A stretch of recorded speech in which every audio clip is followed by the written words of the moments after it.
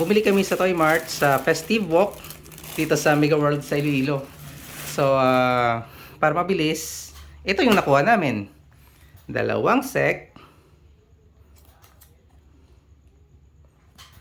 4 na promo,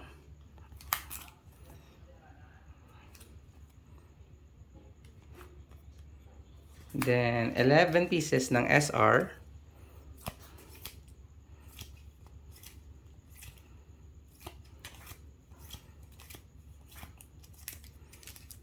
ten pieces ng Common Don,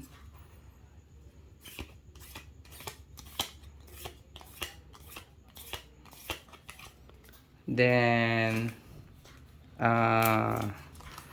rares 1 2 3 4 5 6 7 8, 7 pieces ng common, 1 2 3 4 5 6 7, and